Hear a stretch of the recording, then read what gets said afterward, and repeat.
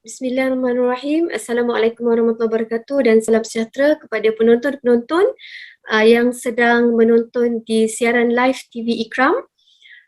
Bersama saya Dr. Wan Najwa Wan Zohdi sebagai moderator bagi sesi Simposium 2 di Convention OKU yang bermotokan anjakan paradigma.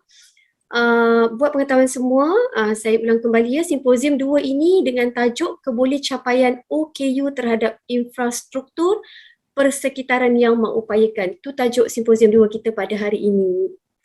Okey, itu dia. Kalau kita tengok kan para penonton, infrastruktur kemudahan tu ada, tetapi adakah ianya accessible kepada warga OKU?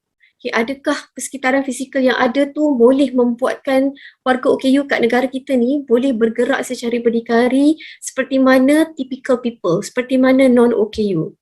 Contohnya ya, saya sendiri sebagai doktor pemulihan, saya sendiri hari-hari melihat pesakit-pesakit yang dirujuk ke klinik kami ni yang boleh dikategorikan sebagai OKU. Okay, mereka yang mempunyai ketidakupayaan, mereka ni melalui pelbagai cabaran dalam melalui proses-proses pemulihan dan mereka juga perlu struggle, namun mereka ni mempunyai motivasi yang sangat tinggi sebenarnya. Dan akhirnya kami dapat lihat mereka dapat mencapai suatu tahap fungsi diri untuk memberikan mereka kualiti hidup. Namun, tidak sedikit juga ya yang merasakan bahawa kebolehan yang mereka ada tu sia-sia. Okay, ini kenapa berlaku macam ni kan? Kenapa mereka merasakan begitu? Ia sebenarnya adalah kerana persekitaran itu mungkin tidak sesuai ataupun kita katakan tidak kondusif untuk mereka bergerak secara berdikari. Jadi itulah topik perbincangan kita di dalam Simposium 2 ini. Okay, jadi bersama-sama saya ada 3 panelis ya bersama kita hari ini. Saya akan kenalkan 3 panelis yang akan mengupas dan berkongsi dengan kita tajuk ini. Okey, yang pertama Encik Faris Abdul Rani. Encik Faris, apa khabar? Alhamdulillah sihat, Doktor. Okey, sedikit sebanyak ya background tentang Encik Faris. Encik Faris Abdul Rani merupakan jurulatih bagi program Disability Equality Training yang kita panggil DET. Beliau merupakan pengasas atau co-founder of the Creative Vision 99 Academy. Okay, dan beliau juga merupakan ahli kepada National Council of People with Disabilities. Dan Encik Faris ni dia sangat aktif terlibat dalam mengendalikan dalam conducting DET, Disability Equality Training Program ni di Malaysia sejak tahun 2007 dan juga beliau mempunyai akreditasi daripada Japan International Cooperation Agency JICA dan juga JKM, Jabatan Kebajikan Masyarakat Malaysia. Dan di dalam tahun 2016 beliau telah diakreditasikan sebagai salah seorang coach untuk jadi trainer di negara-negara Asia Pasifik, Afrika dan juga Amerika Latin. Bukan calon-calon orang untuk membincangkan topik ini. Panelis kita yang kedua, Encik Silaturahim Dahman yang selalu saya panggil cikgu. Cikgu, apa khabar? Baik, Doktor. Terima kasih.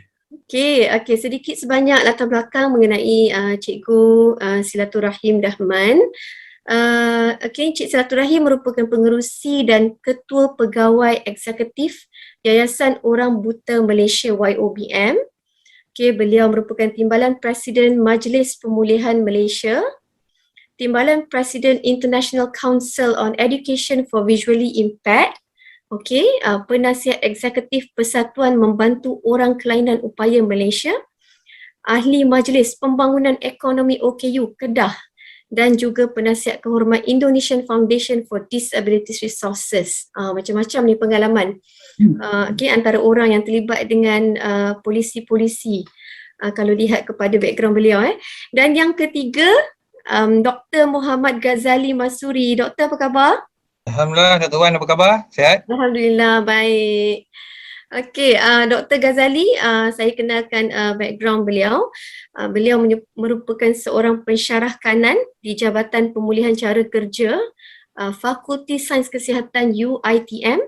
Beliau mempunyai PhD dalam bidang sains kesihatan iaitu bidang faktor manusia, pengangkutan dan pemulihan, transportation lah. dan beliau juga merupakan ketua penyelidik di dalam program profil dan garis panduan kesihatan mental pekerjaan di bawah JKKP. JKKP ni apa penuhnya, Dr. Ghazali? Jabatan Keselamatan dan Kesihatan Pekerjaan Malaysia, DOSH ataupun Okey, itu di UiTM ya. Dan expert content and reviewer di dalam penyediaan garis panduan penilaian tempat kerja, program untuk return to work per KESO, Pertubuhan Keselamatan Sosial. Itu dia, 3 panelis kita yang hebat. Tanpa membuang masa daripada background ataupun introduction yang saya telah kenalkan apabila kita membuka topik ini, saya tujukan soalan yang pertama bagi pusingan pertama. Sebelum tu forum kita ni kita panggil short forum, kita ada 2 pusingan saja, pusingan pertama dan kedua, seterusnya kita pergi kepada soal jawab. Yang pertama Encik Faris, saya tujukan kepada Encik Faris. Encik Faris sendiri sebagai trainer di ET, day in day out. Apa pandangan Encik Faris tentang kemudahan infrastruktur yang ada kat negara kita ni yang melibatkan kebolehan warga OKU tu untuk beraktiviti baik di tempat-tempat awam maupun di tempat-tempat kerja ataupun institusi pendidikan. Apa pendapat Encik Faris? Silakan Encik Faris. Terima kasih Dr. Wan. Begini, bila kita cerita ataupun berbincang pasal fasiliti atau infrastruktur untuk orang kurang upaya, kita kena memikirkan kepelbagaian jenis kurang upaya itu sendiri. Ada orang yang ada jenis OKU yang tidak boleh jalan, ada yang tidak boleh nampak, ada yang tidak boleh dengar. Jadi kepelbagaian ini adalah satu di mana inilah golongan yang dipanggil orang kurang upaya. So bila soalan doktor tadi, bagaimanakah mereka punya keboleh aksesan tu kan, dan bagaimana status infrastruktur di negara kita ini, kalau kita secara kasarnya, kalau saya mau jawab kan, dia adalah masih di bawah paras yang orang cakap, kita kan ada asas, paras yang asas tu, dia tidak sampai yang taraf asas pun. Kenapa saya cakap macam tu? Sebab bila orang sebut pasal keboleh aksesan, orang mungkin akan memikirkan RAM, orang fikirkan tandas OKU, parking OKU, tetapi itu bila kita fikir itu untuk mereka yang memerlukan ataupun menghadapi halangan setiap hari dalam kehidupan mereka kerana mereka tidak boleh melalui kawasan yang tidak ada RAM seperti orang pakai kursi roda. Tapi kita kena fikir infrastruktur dari segi yang mereka yang tidak boleh nampak. Itu OKU penglihatan, di mana mereka boleh berjalan, mereka boleh masuk ke toilet, mereka boleh bergerak tanpa orang cakap mobility wise, orang okey. Tetapi mereka tidak dapat bergerak jika tidak ada panduan pergerakan mereka seperti tactile ataupun sistem sokongan. Lepas tu kita bila sebut pasal sistem sokongan, it's another type of infrastruktur orang cakap. Orang selalu bilang kena ada RAM supaya OKU boleh lalu kayak kursi roda. Tapi OKU yang mempunyai kesejahteraan ataupun severity yang tinggi, mereka bukan memerlukan RAM saja, mereka memerlukan sistem sokongan di mana ada PA yang bantu dia. Itu kita cakap pasal infrastruktur. Tetapi kalau kita mau masuk infrastruktur dari segi kebolehan mereka bersosial, kebolehan mereka bersekolah, kebolehan mereka bekerja, itu dia sentiasa berkait rapat tau doktor. Contohnya, kalau katalah kita ingin menangani infrastruktur di tempat kerja, tapi apabila tempat kerja itu accessible dengan infrastruktur dan sistem sokongan, tapi berapa ramai OKU yang boleh bekerja? Kenapa? Sebab kita tidak tangani infrastruktur dan keboleh aksesan ke sekolah untuk mendapat pendidikan. So, tanpa pendidikan, bolehkah saya meminta kerja? Bolehkah saya masuk ke interview? Sila ambil saya kerana saya OKU. Pendidikan tiada. Kenapa? Sebab tidak pernah berpeluang pergi ke sekolah. Ataupun pendidikan paling tinggi, adakah ada degree? Tiada. Kenapa? Sebab tidak pernah ada peluang masuk ke universiti. Sebab infrastruktur universiti sendiri tidak menyokong saya punya kekurang upayaan saya. Tidak ada sistem sokongan atau infrastruktur tersebut. So jadi kita kena tangani yang mana dahulu? Adakah kita kena tangani di pendidikan dahulu? So kalau kita tidak tangani pendidikan, macam mana dia mau dapat pekerjaan? Kalaupun dia ada pendidikan doktor, macam mana dia pergi kerja tanpa pengangkutan awam yang accessible. Okay. Let's say lah kita cakap, kenapa tidak naik Grab? Kenapa tidak naik taksi? Kenapa tidak naik, kalau tidak boleh naik pengangkutan awam kan? Tetapi kalau orang yang baru dapat kerja, berapa bulan dia perlu kerja untuk dapat ada kebolehan untuk membeli kereta sendiri, atau mampu membayar Grab sendiri, atau mampu membayar pengangkutan yang mahal. So kita kena faham, orang yang baru bekerja ni, dia perlu sistem pengangkutan yang termurah. Tapi itu yang tidak ada untuk orang kurang upaya. So walaupun saya ada pendidikan, contohnya, tapi walaupun ada orang offer saya tempat bekerja, tetapi saya terpaksa menolak tawaran tersebut kerana saya tidak boleh pergi ke tempat kerja. Sebab itu selalu soalan yang orang akan timbulkan, saya ada kerja kosong, siapa nak? Tapi tidak siapa apply. Kenapa? Macam mana saya nak pergi kerja? So infrastruktur dan sistem sokongan not in place. Okay, katalah kita ada kota untuk 1% kan dalam kerajaan, OKU boleh bekerja kan? Tapi kota tersebut adakah dia boleh diisi tanpa infrastruktur yang cukup di dalam pejabat-pejabat ataupun di bangunan-bangunan kerajaan sendiri yang menyediakan kota tersebut? So itu sebenarnya menjadi orang cakap sentiasa menjadi penghalang tau. Penghalang kerana infrastruktur yang tidak menyeluruh, orang cakap. Dia here and there, faham doktor? Dia ada di sana, ada di sini. Lepas tu di situ tak ada. Okay? Lepas tu di sini okey, sikit-sikit ada. Lepas tu bila dia keluar tak ada sudah. Contohlah di kawasan tempat tinggal dia, locally, dia okey. Tapi bila dia keluar dari kawasan daerah dia, tidak okey. Infrastruktur itu dia. Sebab itu kadang-kadang doktor, soalan ini sangat subjektif. Bila doktor jumpa seorang OKU, bagaimana pendapat anda tentang infrastruktur? Oh, sangat okey. Saya sangat bangga dan saya sangat rasa macam kerajaan telah ataupun pihak yang berkuasa telah melakukan sesuatu yang mencukupi. Kenapa? Sebab kawasan yang dia tinggal tu kebetulan cukup. Tetapi cuba jumpa seorang yang lain tinggal di kawasan yang luar bandar. Dia akan cakap, langsung tiada. Langsung tak ada. Sekolah pun saya tak boleh pergi. So, dia sangat subjektif tau bila kita sebut infrastruktur. Sebab itu, selagi kita tidak ada polisi ataupun undang-undang ataupun apa-apa saja akta yang mewajibkan penyediaan semua ni secara menyeluruh. Bukan secara di kawasan itu, secara menyeluruh. Okay? Sebab kalau kita berharap kepada kesedaran, orang akan sedar bila masyarakat telah sedar, mereka akan menyediakan. Okay, berapa ramai yang akan sedar? Tapi bila kita ada polisi, sedar atau tidak, kena buat juga. Because dia adalah wajib. Tapi benda yang wajib tidak ada elemen penguatkuasaan, tidak berguna ya doktor. Kita boleh taruh mewajibkan orang menyediakan fasiliti untuk ini. Mewajibkan penyedia perkhidmatan menyediakan sistem sokongan ini. Semua wajib tulis itu. Tapi kalau tidak buat, it's okay.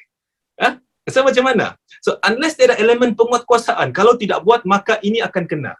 Kalau tidak buat akan didenda, akan dipunish. Barulah orang yang dia sedar atau tidak, ada awareness atau tidak, dia akan buat juga.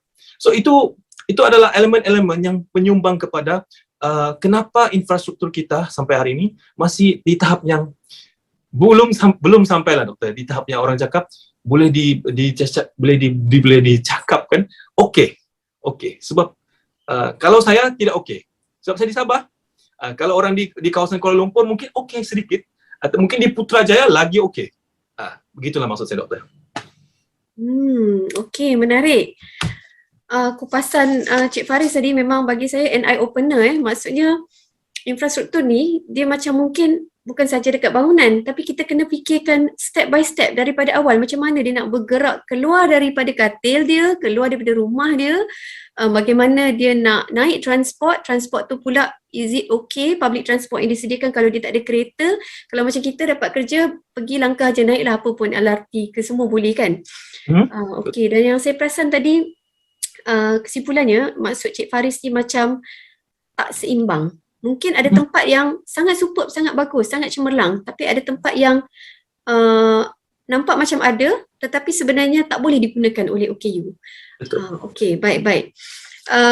Saya rasa yang soalan yang seterusnya saya ni kepada Cik Silaturahim ni berkait dengan perkara lebih kurang sama, tetapi kita nak fokus sikit kepada golongan OKU penglihatan Cikgu Silaturahim. Okey, saya nak tanya pendapat Cikgu Silaturahim. Boleh tak Cikgu kongsikan sejauh mana warga OKU buta ni boleh mengakses prasarana umum, kemudahan-kemudahan awam ni, dan apa cabaran-cabaran yang dilalui yang semasa ni tak semestinya yang baru, mungkin dah lama tapi it is still valid. Silakan Cikgu. Ya, terima kasih Tuan Moderator. OKU penglihatan memerlukan accessibility yang mungkin berbeza daripada OKU yang lain, ya. Seperti panelis yang pertama sebut tadi, kemudahan infrastruktur banyak bergantung kepada jenis ketidakupayaan atau kecacatan fizikal yang ada padanya. Ketika kerusi roda memerlukan ramp, memerlukan tandas yang besar dan lain-lain yang berkaitan, OKU penglihatan mungkin tidak memerlukan kemudahan yang sama itu, ya, sebab OKU penglihatan boleh menaiki tangga, boleh menggunakan tandas yang sama seperti orang-orang lain. Malahan ada di kalangan kemudahan yang disediakan itu tidak diperlukan langsung oleh OKU penglihatan, OKU buta. Contohnya lampu yang terang, ya, OKU penglihatan tak memerlukan lampu, ya. Tetapi apa yang pernah berlaku bila kita OKU penglihatan ni nak menggunakan tandas, for example, ada yang datang membantu. Jadi benda pertama yang dia bantu, let me switch on the light for you. Yeah. Good of them. But that doesn't make sense to us. Whether you have the light on or off, make no difference to me. That is one of the example lah. Yeah. Many other examples. Jadi secara ringkasnya, OKU penglihatan lebih tertumpu kepada accessibility maklumat ataupun information accessibility. Saya rasa itu salah satu accessibility utama yang dihadapi oleh OKU penglihatan. Ya, secara keseluruhannya, kalau kita bertanya kepada OKU penglihatan di mana-mana sekalipun lah di seluruh dunia ni, kalau kita apakah masalah utama? Nah, saya akan memberi 3 jawapan. Yang pertama, masalah pergerakan, ya, to move from point A to point B, terutamanya di kawasan baru yang tak cam lagi, kita kata. Dia tak mesra lagi dengan kawasan itu. Jadi dia tidak tahu hala tuju. So that is mobility, kita panggil accessibility on mobility. Yang kedua, employment accessibility, ya, accessibility kepada pekerjaan. Walaupun memiliki kelulusan akademik yang cemerlang, ijazah, master, PhD, ramai di kalangan OKU penglihatan memiliki akademik, tetapi masalah accessibility di tempat kerja ataupun lebih kepada mindset lah, ya, yang kita panggil attitudinal barrier, ya, halangan dari segi sikap.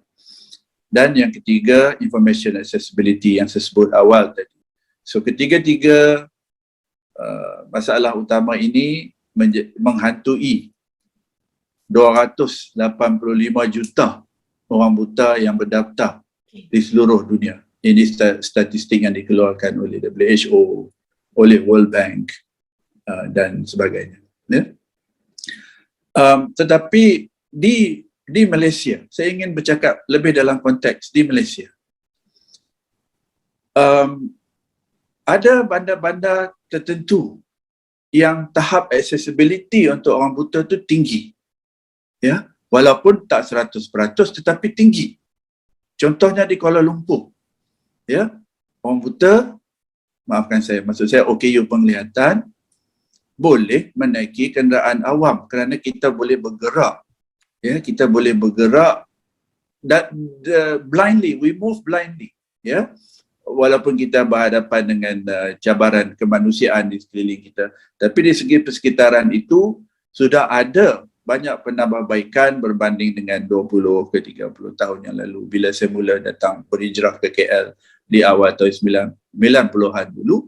Longkang banyak tidak bertutup, garisan kuning ataupun kita panggil tactile guiding block yang mungkin tuan-puan pernah lihat di kiri kanan jalan berwarna kuning yang timbul itu di-install for the purpose of the blind people.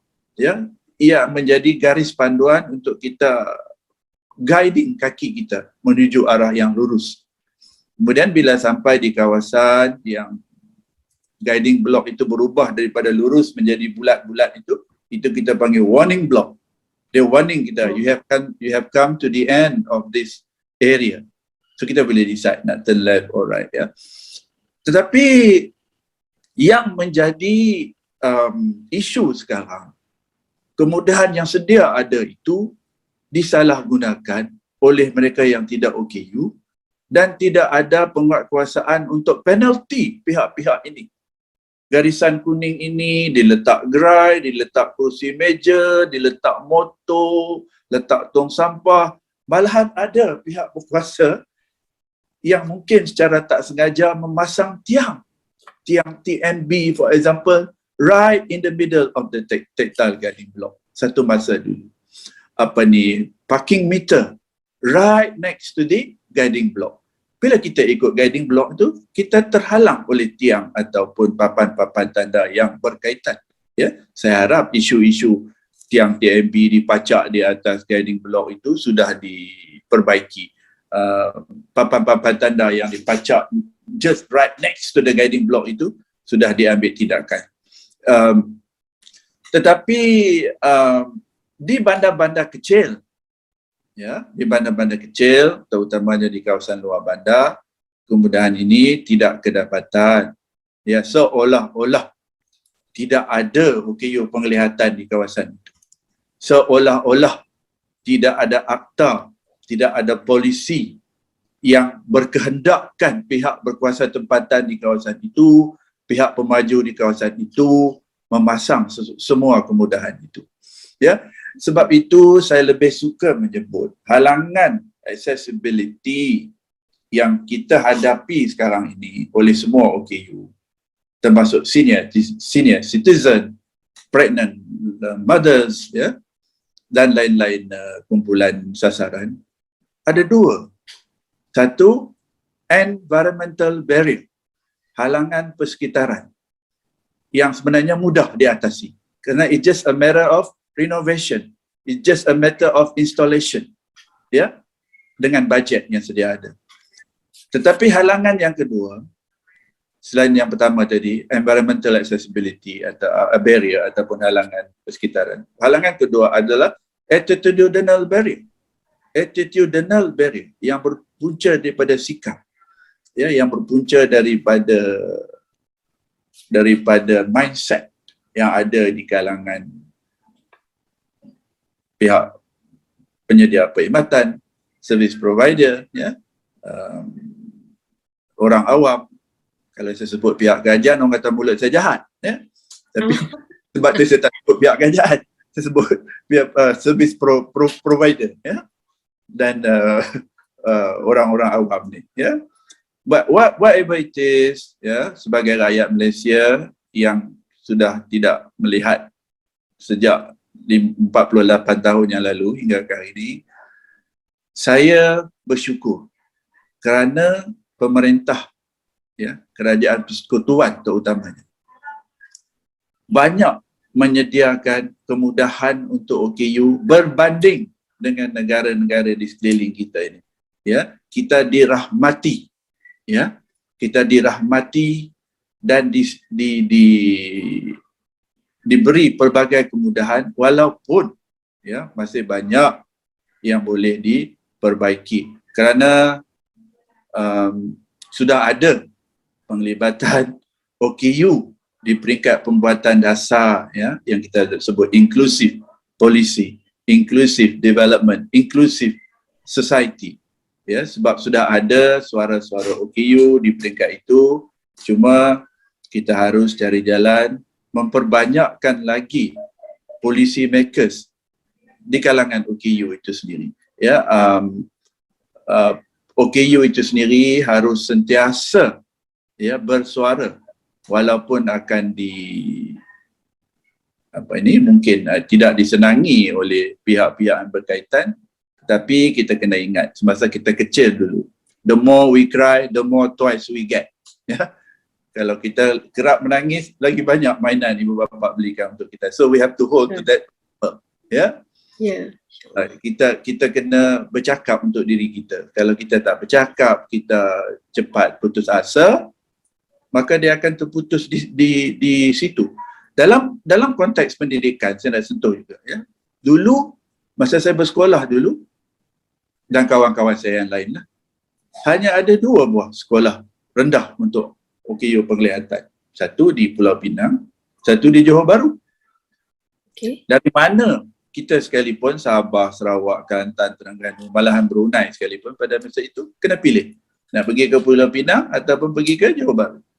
Tetapi sekarang ini, dengan adanya zero reject policy, dengan adanya program-program pendidikan inklusif di sana sini, OKU penglihatan itu sendiri lebih accessible kepada sekolah-sekolah yang berhampiran dengan mereka. Walaupun banyak lagi infrastruktur yang perlu ditambah, tetapi sekurang-kurangnya dari segi mindset, dari segi halangan sikap tadi itu berjaya diubah dengan polisi-polisi yang sedia ada. Jadi saya tidak pilihan, saya kena pergi ke Pulau Pinang, beratus batu daripada hometown saya, ya, berbanding dengan anak murid. Sekarang boleh pilih sekolah di kampung yang sama, di bandar yang sama. Itu satu development yang cukup baik, yang harus kita puji. Kita Perkembangan. satu development, pembangunan, satu perubahan yang sangat ketara, yang kita kena puji supaya dia orang buat lebih baik lagi. Yang baik kita kena baik. Bila saya dipanggil berforum di sana sini, saya ingin bercakap dalam dua konteks. Konteks apa yang ada sekarang, apa yang tak ada dulu, apa yang penambahbaikan. Kerana mungkinlah saya bernasib baik. Saya pernah bekerja di 15 buah negara. Saya pernah hidup di 15 negara. Jadi at the end of the day, saya pilih nak balik hidup di Malaysia sebab saya rasa Malaysia, terutamanya Kuala Lumpur, Pulau Pinang adalah 2 daripada bandar yang saya istilahkan sebagai the most livable cities in Malaysia, in rantau ASEAN. Baik.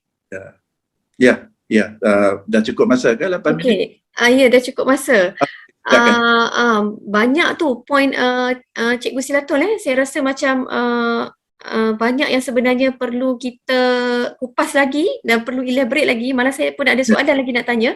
Kita bawa ke belakang nanti. Sebab daripada poin-poin Cikgu Silatul tu, dia menimbulkan lagi banyak persoalan-persoalan di sebaliknya untuk saya nak dengar lagi perkongsian yang mungkin boleh dimanfaatkan oleh pendengar-pendengar. Sebelum tu kita move dulu dalam round pertama ni kepada Dr. Ghazali. Okey, Dr. Ghazali sebagai seorang pensyarah, dan background Dr. Ghazali sebagai orang yang memberi training kepada pelajar-pelajar dalam bidang pemulihan cara kerja. Apakah usaha-usaha doktor sebagai aktivis juga dan langkah-langkah yang dijalankan oleh pihak pemulihan untuk menambah baik kebolehan OKU untuk mandiri, untuk membolehkan mereka mempunyai tahap keberdikarian itu. Dan mungkin boleh doktor berikan juga mengikut contoh jenis-jenis OKU yang tertentu. Silakan Dr. Ghazali. Baik, terima kasih Dr. Wan. Assalamualaikum warahmatullahi wabarakatuh. Rakan-rakan panelis yang saya kasihi. Jadi terlebih dahulu saya ingin ucapkan terima kasih atas jemputan dan juga saya rasa forum ni sebenarnya 2 hari 2 malam ni. Dia tak boleh satu malam je. Banyak isu yang kita nak kupas daripada banyak angle. Okey, dan saya rasa panjang sebenarnya, tapi insyaAllah kita akan cuba masukkan dalam ruang waktu yang terhad ini. Dan saya rasa tidak terlewat untuk saya mengucapkan selamat menyambut Hari OKU sedunia kepada semua pendengar dan juga kepada kita jugalah. Bagi saya sebenarnya kita ni pun bukanlah sempurna, cuma Tuhan Tuhan sorokkan kita punya ketidakupayaan tu jadi nampak macam sempurna kan. Kalau kita ni semua sempurna, jadi tak ada lah neraka kan, semua masuk syurga lah.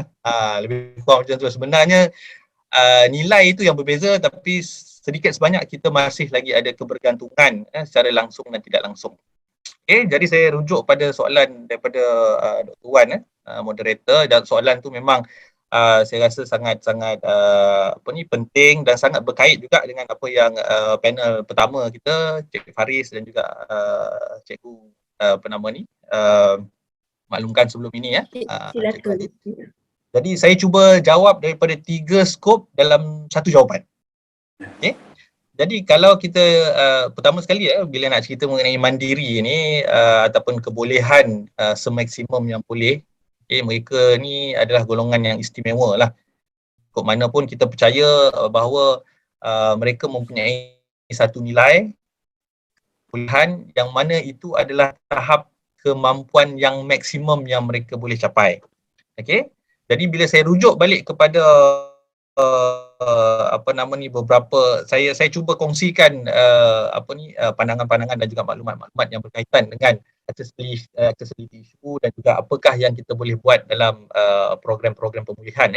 Jadi kalau kita lihat kepada beberapa rujukan, sebenarnya akses ini bukan hanya terhad kepada isu-isu fizikal. Jadi pemulihan kita pun bukan hanya terhad kepada memulihkan accessibility akses fizikal. Sebenarnya kalau saya lihat beberapa rujukan, dia ada 6 perkara. Jadi saya kongsikan dulu. Yang pertama, memang biasanya kita bincang adalah masalah akses fizikal lah. Nak masuk bangunan, nak keluar bangunan, kan? Nak naik lift, nak keluar lift. Okay?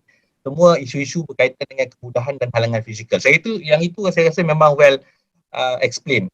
Okay? Bila kita sebut je OKU, mesti kita nampak lambang kerusi roda, betul tak? Macam mana orang kerusi roda nak masuk? Itu memang satu paradigm yang biasa lah. Alright? Dan akses fizikal ni biasa dan banyak dibincangkan. Dalam pemulihan pun sebenarnya, dalam OT pun kita train macam mana kita nak improve, nak bantu individu-individu yang mempunyai masalah akses daripada sudut fizikal ni supaya dia boleh menikmatilah dia punya mobility tu dengan halangan-halangan yang sedia ada. Macam Cikgu Rahim bercakap betul lah sebelum ni kan. Tiang tak sepatutnya ada kat situ. Bayangkanlah kalau orang kelainan upaya yang ada masalah penglihatan dah terlanggar pula dekat situ kan. Kemudian isu penguatkuasaan tu saya rasa kita reserve dulu lah, tapi of course itu ada kaitan juga. Alright, so access physical. So kita beri latihan, kita beri tunjuk ajar kepada pelajar kita dan untuk latihan kepada golongan yang memerlukan daripada segi accessibility physical. Selain daripada itu ada 5 lagi perkara yang kadang-kadang jarang kita bincangkan. Itu yang kedua adalah accessibility daripada segi sudut mental. Apa maksudnya? Kadang-kadang maklumat ataupun informasi yang diberikan tu orang yang baca pun tak faham, orang yang menerima tu pun tak jelas. Okey? Jadi terganggulah dia punya accessibility dan terganggulah dia punya proses seterusnya yang mana mereka tidak dapat memperolehi manfaat secara langsung disebabkan oleh kekurangan mampuan mental mereka untuk mentafsir ataupun memproses sesuatu maklumat itu. Okay? Kadang-kadang kita orang biasa pun confused dengan arahan, dengan maklumat, dengan tata cara. Jadi access mental ini adalah satu perkara yang saya rasakan penting yang perlu juga kita sama-sama lihat kerana boleh dikatakan majoriti daripada mereka yang kurang upaya ni mempunyai isu yang sama. Okey, kadang-kadang tak jelas dan tak faham. Alright, yang itu yang kedua. Yang ketiga pula kita boleh lihat adalah social accessibility. Ini perkara yang ketiga yang mana dia berkait rapat dengan akses kepada pekerjaan, akses kepada aktiviti seharian termasuklah rekreasi. Kita boleh lihat kalau kita survey macam saya di Puncak Alam ni lah. Walaupun jumlah orang kurang upaya ni kurang, tetapi di taman-taman awam ataupun di tempat-tempat awam boleh dikatakan zero, kosong. Bukan tak ada, tapi mereka ni tidak terlibat dengan aktiviti sosial secara langsung. Jadi kadang-kadang yang kita biasa jumpa mereka ni bila datang ke department lah, bila datang OT department, kita buat group activity, kita buat social support, masa itulah baru kita nampak mereka ni berkumpul dan mendapat sokongan-sokongan yang ada di di unit pemulihan lah ataupun di hospital. Jadi diharap selepas ada lebih banyak kesedaran, so masyarakat boleh menerima semestinya, tetapi mereka ini mempunyai satu keyakinan untuk keluar dan untuk bersosial dengan masyarakat yang ada di sekeliling mereka.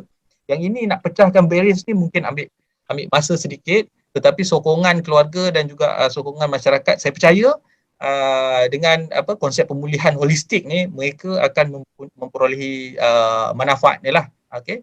So yang penting sokongan berterusan perlu diadakan. Alright? Okay, itu yang tiga. Yang keempat ni adalah organizational accessibility. Okay? Ini lebih kepada macam mana mereka nak akses pengangkutan. Okay? Macam Tuan Faris nyatakan tadi kan, contoh nak pergi dari point A ke point B. Alright?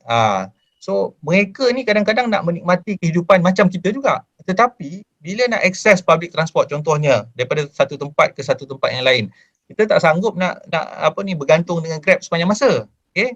Dengan isu kewangan dan sebagainya. Jadi apakah sokongan organisation yang ada pada sesuatu kawasan itu? Betul lah macam yang cikgu kata tadi, kadang kalau kita pergi ke KL, ke Penang, ke bandar-bandar besar, Alhamdulillah. Tapi cuba pergi ke Ceruk kan, orang kata tempat-tempat pendalaman ataupun tempat-tempat lain, kita boleh lebih kurang jamin dia punya accessibility sangat menyedihkan dan sangat terhad. Jadi mereka ini memang secara tak langsung kita kena terimalah hakikat memang terhalang dan memang secara tak langsungnya melalui satu buffer kemajuan yang mana tak sampai pada mereka.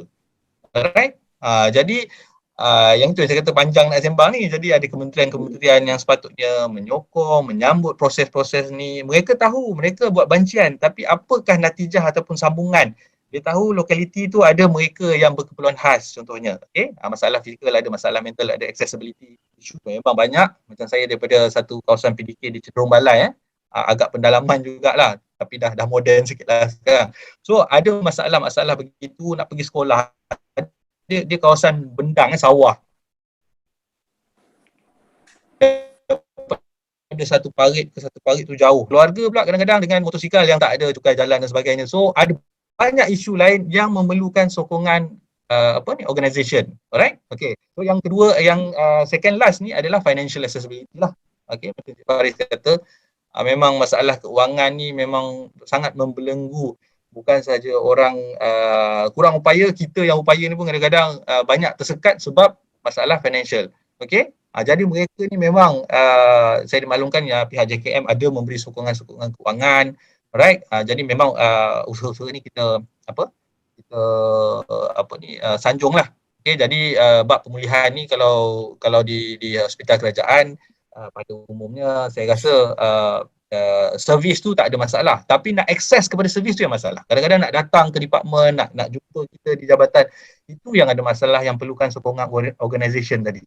Okay, dan yang terakhir saya rasa ni memang trend lah kalau kita tengok literature, virtual accessibility. Sekarang ni memang internet ni ataupun online ni memang satu keperluan sesiapa saja. Tak kira lah kita ni orang OKU ataupun tidak OKU, sebenarnya accessible pada maklumat hujung jari ini adalah satu keperluan. Jadi sebagai pasukan pemulihan, kita memang sentiasa bekerja dalam satu kumpulan besar lah, right?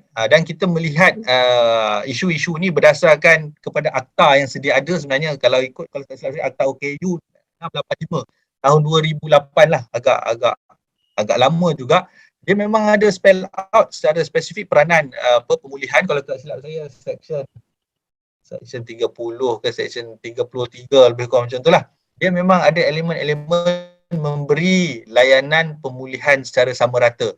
Jadi layanan tu selalunya bila dah sampai kita layan lah sama rata. Tapi kita nak mencari, nak jumpa dengan mereka tu kadang-kadang saya maklumkan jugalah, kadang-kadang kita pun ada accessibility issue juga. Nak jumpa setiap responden ataupun setiap OKU, AKU ni daripada rumah ke rumah memang merupakan satu cabaran lah kepada kita. Tapi daripada skop pemulihan, insyaAllah kita akan lihat, dan kita selalunya lihat daripada elemen-elemen yang 6 ni tadi. Dan kes-kes yang biasanya kita jumpa ni memang masalah yang berkaitan dengan fizikal lah. Tapi bila ada kes-kes yang mental, kita akan lihat ke 6 elemen ni tadi, dan kita akan tengok support apa yang ada di sekitar mereka, dan kita akan cuba liaise dengan apa-apa officer yang ada dekat satu kawasan tu lah. Okay, jadi Dr. Wan, saya rasa itu untuk round pertama kot saya punya respon. Takut saya ambil masa panelis yang lain, so saya serahkan balik pada Dr. Wan. Okey, baik. Terima kasih Dr. Ghazali. Macam-macam aspek sebenarnya kalau kita tengok usaha-usaha yang sedang dijalankan oleh pihak pemulihan, di mana Dr. Ghazali kaitkan juga dengan pihak-pihak yang bukan daripada tim pemulihan. Okay, basically benda ni sebenarnya integrasi lah. Okay, dan Dr. Ghazali juga tadi bagi juga aspek yang bukan fizikal, malah melibatkan juga mental. Okey, banyak lagi kupasan saya percaya yang usaha-usaha yang dilakukan oleh tim pemulihan kepada OKU mental juga. Okey, itu dia.